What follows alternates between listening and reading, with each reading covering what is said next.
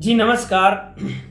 बिहार में मुख्यमंत्री चुनने का समय आ गया है। पूरे 14 करोड़ बिहार वासियों का मुख्यमंत्री आपके लिए कौन बेस्ट है वो चुनना है। 6 तारीख का चुनाव है, 11 तारीख को दूसरा चरण का चुनाव है और 14 तारीख को परिणाम घोषित कर दिया जाएगा कि अगला बिहार का मुख्यमंत्री कौन होंगे। मैंने कुछ आंकड़े लाए हैं। ये जरूरी नहीं है कि 100% कन्फर्म ही हो जाएगा मेरे दोस्तों, लेकिन आंकड़े ऐसे हैं जिससे तय हो जाएगी कि बिहार में अगला मुख्यमंत्री कौन होगा। मैं कन्फर्म के साथ कर सकता हूं कि अगला मुख्यमंत्री कौन होगा। ये आप लिख कर रख लीजिए कि अगला मुख्यमंत्री चेंज होने जा रहा है। चलिए मैं आंकड़े आपके साथ पेश करता हूं।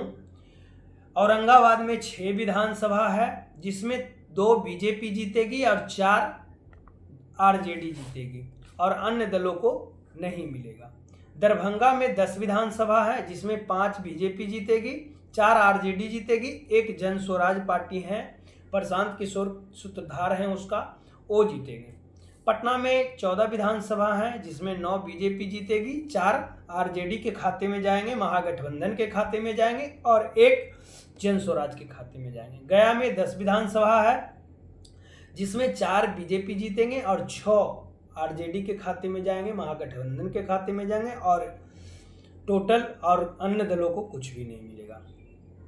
कैमूर की मैं बात कर लेता हूं। कैमूर में 4 विधानसभा है, जिसमें 3 बीजेपी जीतेगी, 1 आरजेडी जीतेगी।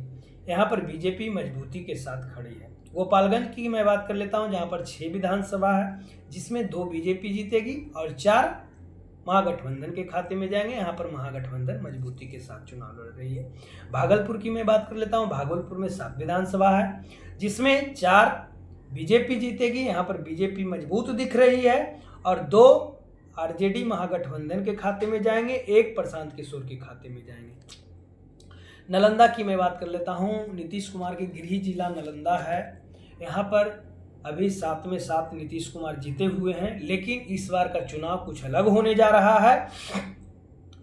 नालंदा की मैं बात करता हूं, जहां पर 7 विधानसभा है, जिसमें 3 बीजेपी जीतेगी और 4 आरजेडी जीतेगी। नालंदा में अभी बीजेपी मजबूत नहीं दिख रही है, लेकिन नालंदा में आरजेडी मजबूत दिख रही है।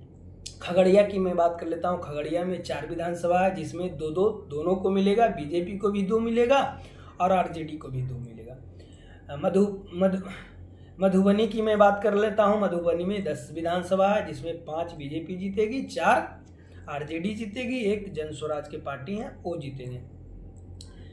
बेगूसराय की मैं बात कर लेता हूं। बेगूसराय में 7 विधानसभा है, जिसमें 3 बीजेपी जीतेगी, 3 आरजेडी जीतेगी, 1 जन स्वराज के पार्टी वो जीतेंगे। मधेपुरा की मैं बात कर लेता हूँ। मधेपुरा में 4 विधानसभा सीट है, जिसमें 1 बीजेपी जीतेगी और 3 आरजेडी जीतेगी।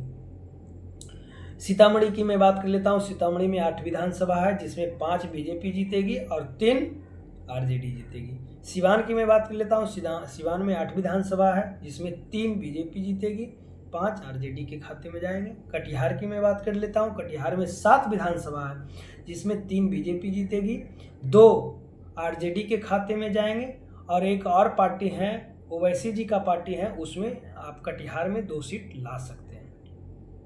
वैशाली की मैं बात कर लेता हूँ। वैशाली में 8 विधानसभा है, जिसमें 3 बीजेपी जीतेगी, 5 आरजेडी के खाते में जा सकता है, महागठबंधन के खाते में जा सकता है। सहरसा की मैं बात कर लेता हूँ। सहरसा में 4 विधानसभा है, जिसमें 1 बीजेपी जीतेगी और 3 आरजेडी के खाते में जाएगा। जहानाबाद की मैं बात कर लेता हूँ। जहानाबाद में 3 विधानसभा है, जिसमें 1 बीजेपी जीतेगी, 2 आरजेडी जीतेगी। भागलपुर की मैं बात कर लेता हूँ। भागलपुर में 7 विधानसभा है, जिसमें 3 बीजेपी जीतेगी और 4 आरजेडी के खाते में जाएंगे। नवादा की मैं बात कर लेता हूँ। नवादा में 5 विधानसभा है, जिसमें 2 बीजेपी जीतेगी और 3 सीट आरजेडी के खाते में जा सकती है। जमुई की मैं बात कर लेता हूँ। जमुई में 4 विधानसभा सीट है, जिसमें 2 बीजेपी जीतेगी और 2 आरजेडी के खाते में जाएगी। बांका की मैं बात कर लेता हूँ। बांका में 5 विधानसभा है, जिसमें 2 बीजेपी जाएगी और 3 आरजेडी के खाते में जा सकती है। समस्तीपुर की मैं बात कर लेता हूँ। समस्तीपुर में 10 विधानसभा है, जिसमें 3 बीजेपी के पास जाएगा, 4 4 सीट है जो आरजेडी के खाते में जाएगा, 1 जनस्वराज के खाते में जाएगा और 2 सीट ओवैसी जी को जा सकता है। सुपौल की मैं बात कर लेता हूँ। सुपौल में आपका 5 विधानसभा है जिसमें 2 बीजेपी जाएगी और 3 आरजेडी के खाते में जा सकती है। रोहतास की मैं बात कर लेता हूँ। रोहतास में 7 विधानसभा है जिसमें 3 बीजेपी जाएगी, 3 आरजेडी जाएगी, 1 जनस्वराज जाएगी। पूर्वी चंपारण की मैं बात कर लेता हूँ। पूर्वी चंपारण में 12 विधानसभा है जिसमें 6 बीजेपी जाएगी और 5 आरजेडी जाएगी, 1 जनस्वराज जाएगी। अररिया की मैं बात कर लेता हूँ। अररिया में 6 विधानसभा है जिसमें 2 बीजेपी जाएगी और 4 आरजेडी के पास जा सकती है। किशनगंज की मैं बात कर लेता हूँ। किशनगंज में 4 विधानसभा है जिसमें 1 बीजेपी जाएगी, 2 आरजेडी के पास जाता है और 1 ओवैसी जी के साथ जा सकता है। मुंगेर की मैं बात कर लेता हूँ। मुंगेर में 3 विधानसभा सीट है जिसमें 1 बीजेपी के पास जाएगा और 2 आरजेडी के साथ जाएगा।